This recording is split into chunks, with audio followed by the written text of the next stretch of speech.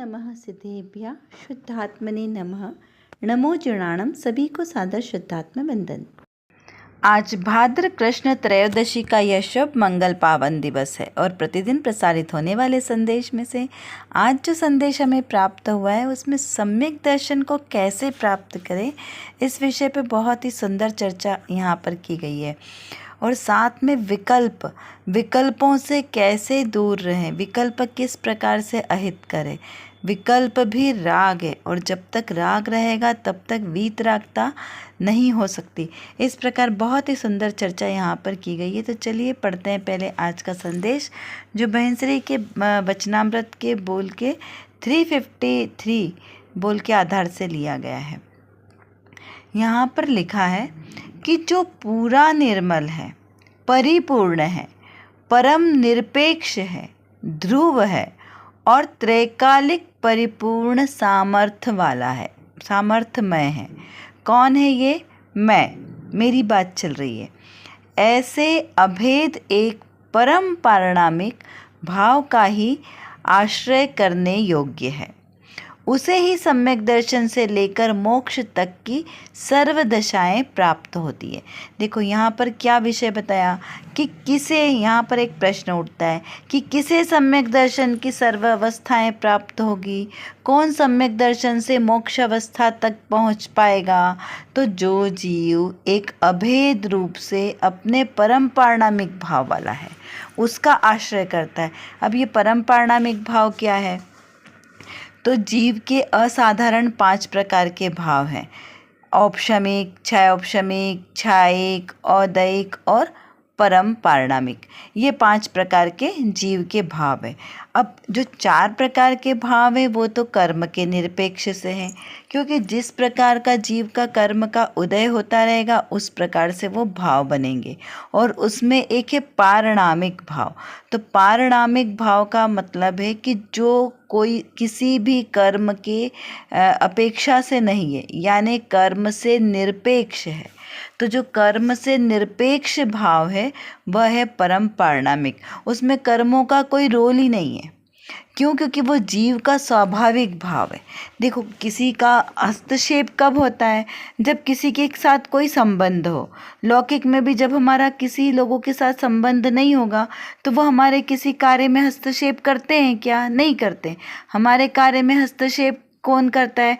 जो हमारे अपने होते हैं, अपने परिवार वाले हों, अपने मित्र हो, तो वो हमें हमारे किसी भी कार्य में सलाह देंगे, कुछ भी बताएंगे कि ऐसा करो तो और अच्छा हो जाएगा, लेकिन दूसरा नहीं बोलेगा। यदि हमने बाय द वे कोई हमारे कपड़ों में कहीं जगह कोई दाग लगा, हमें नहीं दिखाई दिया, तो दूसरा हमें थोड़ी बोलेगा। जो हमारा अपना होगा वो बता देगा कि अरे देखो यहाँ पर ये इसमें ऐसी दिक्कत है।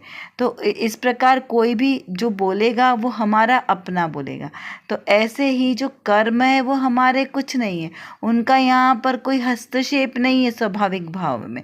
यहाँ से कैसे हैं? अपने भावों से अत्यंत भिन्न है स्वभाव से। तो कैसे कर्म का उदय, कर्म कौन से उदय में आएंगे? 8 प्रकार के कर्म, द्रव्य कर्म।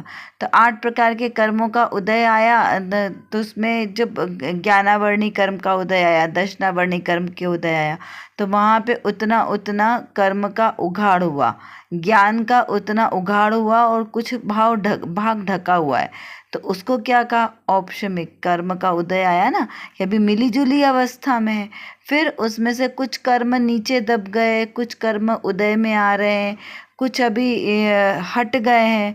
तो ऐसे मिली जुली अवस्था वाला है क्षयोपशमिक भाव। और औदैक जो कभी एक एक समय के उदय में आते हैं फिर अपने आप चले जाते हैं, जैसे क्रोध, मान, माया। इसके परिणाम हमेशा एक जैसे नहीं रहते। ये कुछ समय के लिए आते हैं और कुछ समय के बाद अपने आप चले जाते हैं। हम एक जैसा क्रोध हर बार नहीं कर सकते। हम बोले कि हमने 10 मिनट पहले जैसा क्रोध किया था, अब दोबारा से वैसा वाला क्रोध करके दिखाओ, तो वो पॉसिबल नहीं है। क्यों? क्योंकि वो औदायिक भाव था, एक समय का भाव था, वो आया और चला गया। तो इसलिए वो कैसा है? औदायिक भाव। तो वो भी कर्म की अपेक्षा से है। और क्षयिक भाव, जिसमें से कुछ कर्म के परमाणु का क्षय हो गया। जैसे सम्यक दर्शन हुआ, अपने आत्मा की अनुभूति हुई, तो अनंतानुबंधी कषाय का अभाव हो गया। तो जो उस जाति के जितने कर्म के परमाणु थे वो सारे हट गए, अब वो यहाँ पर नहीं आएंगे, दोबारा से नहीं आएंगे। क्षयोपशमिक दशा में वो नीचे बैठे हुए हैं, अगर थोड़ा सा हमारे परिणाम हिल गए तो वो फिर से उदय में आ सकते हैं, लेकिन क्षयिक भाव में उदय में नहीं आएंगे। जितने परमाणु नष्ट हो गए उतने अब नष्ट हो गए, उतनी वीतरागता हो गई और उतना कर्म का उदय हट गया, इस प्रकार समझना। और परम पारणामिक भाव सदाकाल एक जैसा रहने वाला है। तो यहाँ पर जो हमारे अपने स्वरूप की बात बताइए, मेरे अपने स्वरूप की, तो क्या बताया कि मैं कैसा हूँ, तो मैं पूरा निर्मल हूँ। निर्मल, निर्मल, निर्मल यानी कि जो कर्म मलों से रहित है उसको कहा निर्मल, जिसमें कर्म मलों का कोई अवकाश ही नहीं है, सब प्रकार के दोषों से, कर्म से, सबसे रहित। जब 8 कर्मों से, 3 द्रव्य कर्म, भाव कर्म, 9 कर्म से रहित है तो बाकी और कुछ बचा ही नहीं, क्योंकि यही कर्म तो हमें संसार में घुमाते हैं। तो इस प्रकार कहा कि जो पूरा का पूरा निर्मल है, फिर पूरा का पूरा परिपूर्ण है। परिपूर्ण यानी कि जिसमें कोई कमी नहीं है, पूर्णतः से वो हर तरह से परिपूर्ण है। परम निरपेक्ष है। परम, देखो यहाँ पे परम शब्द लगा दिया। निरपेक्ष मतलब किसी की अपेक्षा नहीं है, यहाँ परम लगा दिया मतलब बिल्कुल भी अपेक्षा नहीं है, कोई भी अपेक्षा नहीं, न कर्म की, न शरीर की, इंद्रियों की, किसी की अपेक्षा ही नहीं है, क्योंकि वो स्वयं में पूरा है ना, पूरा का पूरा है। फिर ध्रुव है, सदाकाल एक जैसे रहने वाला है, वो अस्थिर नहीं है, स्थिर है। त्रैकालिक परिपूर्ण है, त्रैकालिक तीनों कालों में परिपूर्ण है। कौन कौन से? भूत, भविष्य, वर्तमान, तीनों कालों में जो परिपूर्ण है, ऐसे एक अपने ज्ञायक स्वभाव, परिपूर्ण परम पारणामिक स्वभाव वाले शुद्ध आत्मा की यहाँ बात चल रही है। तो वो आत्मा कैसा है? वो सम्यक दर्शन से सहित ही है, क्योंकि वो सम्यक दर्शन स्वरूप ही है। सम्यक दर्शन, सम्यक ज्ञान, सम्यक चारित्र स्वरूप ही वो आत्मा है। इस प्रकार से यहाँ पर इस संदेश में बताया गया है। और वही आत्मा मेरे ज्ञान का गेय है और ध्यान का ध्येय, श्रद्धा का श्रद्धेय है। अभी यहाँ पर जो रत्न कणिका में बात आई है वो बहुत ही सुंदर यहाँ पर प्रश्न किया गया है। यह आज की रत्न कणिका श्री समय सार जी कलश के 90 नंबर के श्लोक के आधार से है, जिसमें आत्मानुभूति की गहनता को दर्शाया है। और आचार्य अमृत चंद्र देव की पर्सनल डायरी यानी आत्मख्याति टीका में जो ज्ञान और वचन की अनेकांतमयी मूर्ति के बारे में जो बात स्पष्ट की है उसे बताया है, तथा शुद्ध चैतन्य मात्र आत्मा ही स्वयं के स्वरूप में निहित है, उसमें गर्भित है और अपने विकारी स्वभाव से वो रहित बताया है। किसको? अपने आत्मा को। ऐसा यह बहुत ही सुंदर श्लोक है।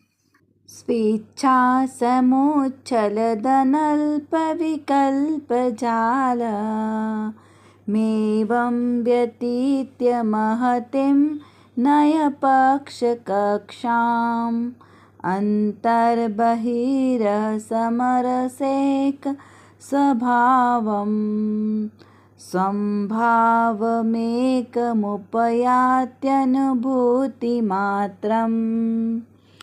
यहाँ पर इसका अर्थ बताया है कि इसका अर्थ है आत्मा स्वयं ही अपने स्वरूप को अनुभव करती है। सभी विकल्पों और नयों के जालों को पार करके आत्मा अपने भीतर और बाहर समरस यानी एक रूप है, एक रस स्वभाव को प्राप्त करती है, जो केवल अनुभूति मात्र है। कैसा है मेरा आत्मा?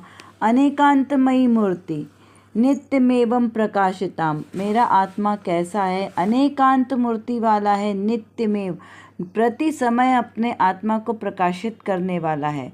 क्यों? क्योंकि मेरा आत्मा कैसा है? अपने स्वभाव को अनुभव करता है, परभावों को अनुभव नहीं करता है, परभाव को रंच मात्र भी ग्रहण नहीं करता। और विकल्प क्या है? परभाव है।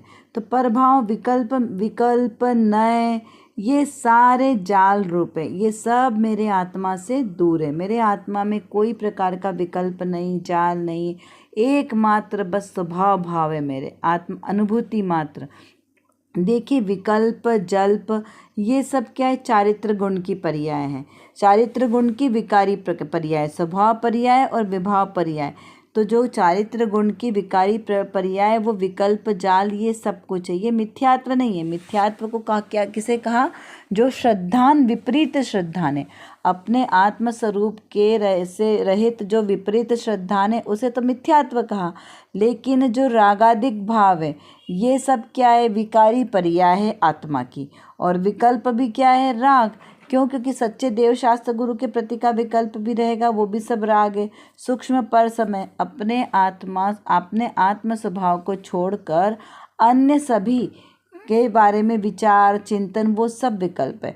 देखिए अभी हम बैठ के ध्यान करते हैं तो क्या बोलते हैं, मैं ज्ञायक हूँ, मैं ज्ञायक हूँ, मैं शुद्ध हूँ, मैं निर्विकल्प हूँ, मैं सर्व कर्म मलों से रहित हूँ, ध्रुव हूँ, स्वाभाविक। तो ये सब भी क्या है, ये सब भी विकल्प है कि मैं ये हूँ, मैं ये हूँ, मैं ये हूँ, कितनी सारी चीज़ें लगाएं, जबकि वो है तो सब आत्मा के ही गुण ना, कि आत्मा ही ज्ञान वाला है, दर्शन वाला है, सुख वाला है, चारित्र वाला है, अगुर लघुत्व शक्ति से परिपूर्ण है, स्वपर प्रकाशत्व शक्ति वाला है, ऐसी अनंत अनंत अनंत शक्तियों वाला है, ज्ञान शक्ति, दृष्टि शक्ति, चिति शक्ति, मेरे आत्मा में ही रिद्धियाँ, रिद्धियों वाला, ये सब मैं, तो ये मैं नहीं हूँ, ये सब विकल्प है।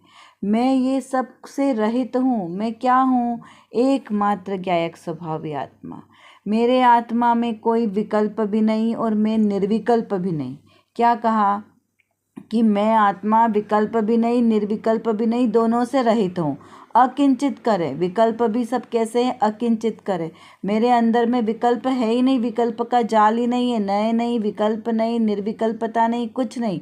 मैं एकमात्र ज्ञायक भाव हूँ। समय सार जी की छठी गाथा में ना, मैं एकमात्र ज्ञायक भाव, मात्र ज्ञायक भाव, तो एक अभेद रूप पे दृष्टि, अभेद में सारे गुण समाहित है, उसमें निहित है।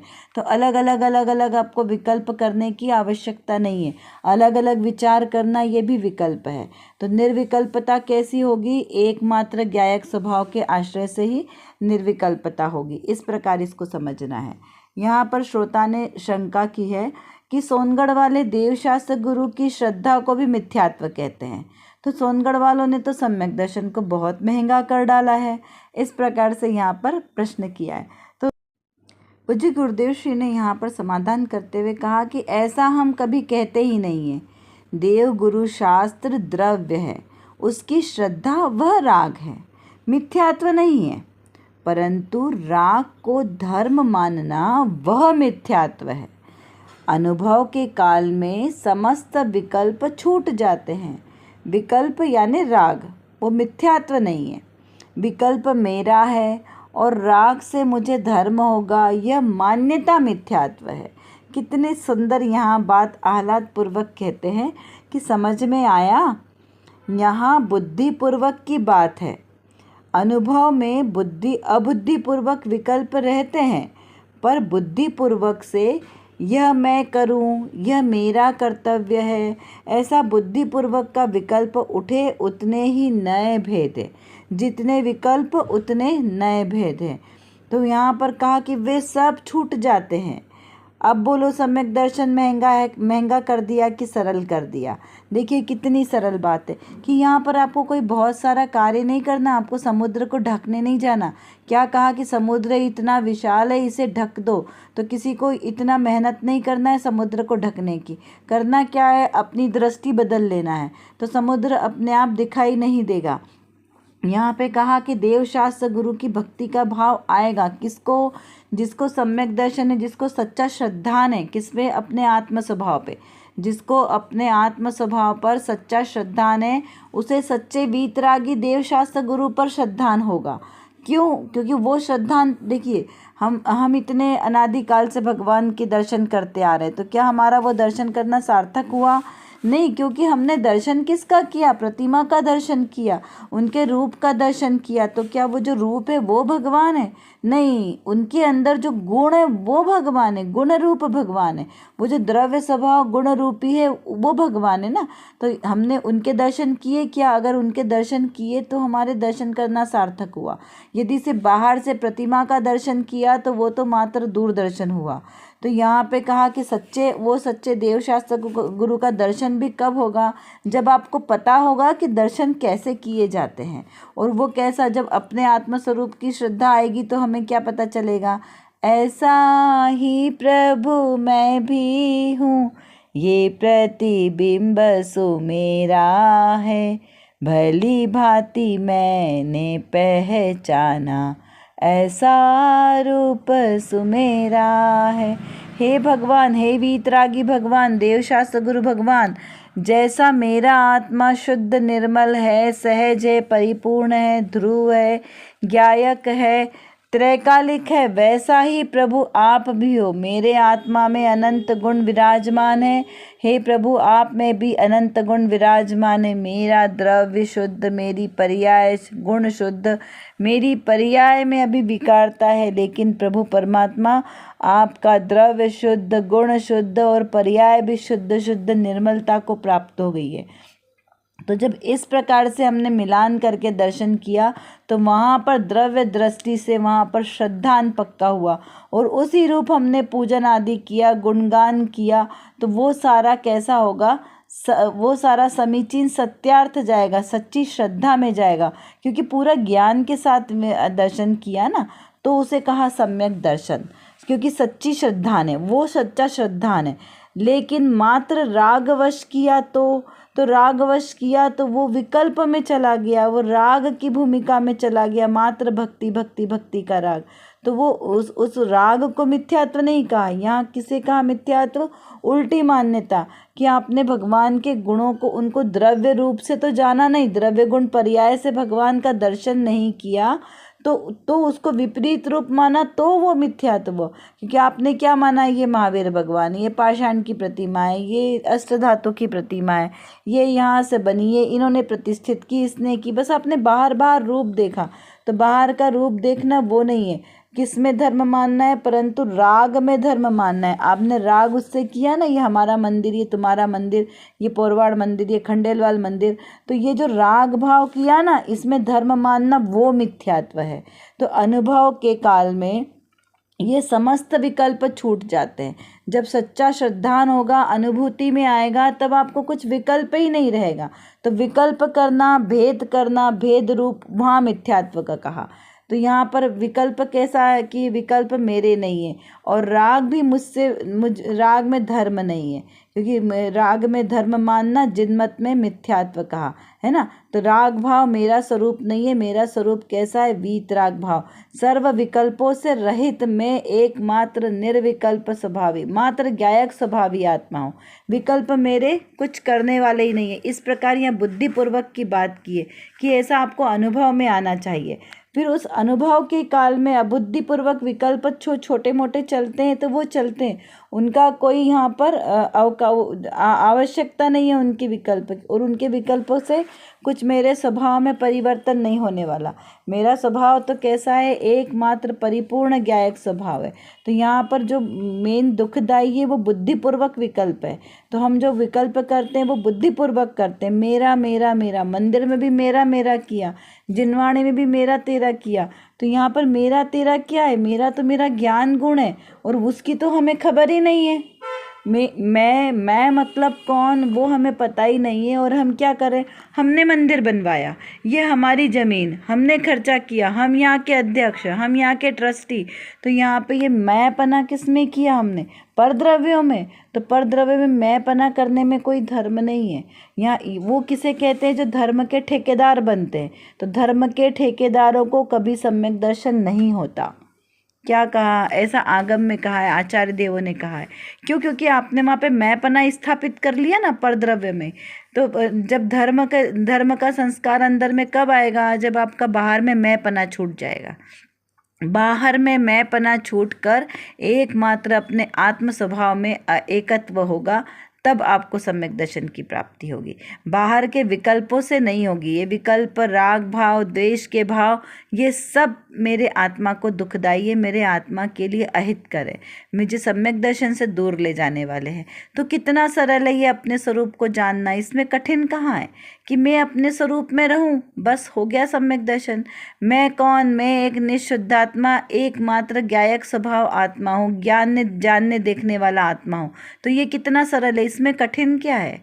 कुछ भी। स्वयं को अकर्ता अनुभव करना, स्वयं को अभोक्ता अनुभव करना, बस इसी का नाम सम्यक दर्शन है।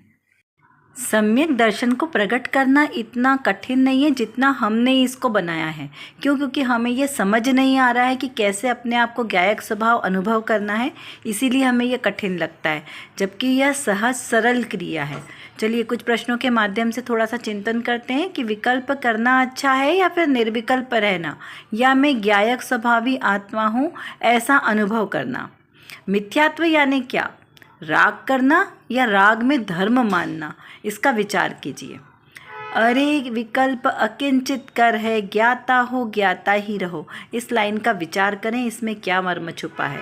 सम्यक दर्शन सरल है या हमें समझ में नहीं आ रहा है इसीलिए इसे हमें कठिन लग रहा है, इसका भी विचार करें। क्या सम्यक दर्शन किसी समुदाय विशेष में मिलता है? इसका बहुत ही सावधानी से विचार कीजिए।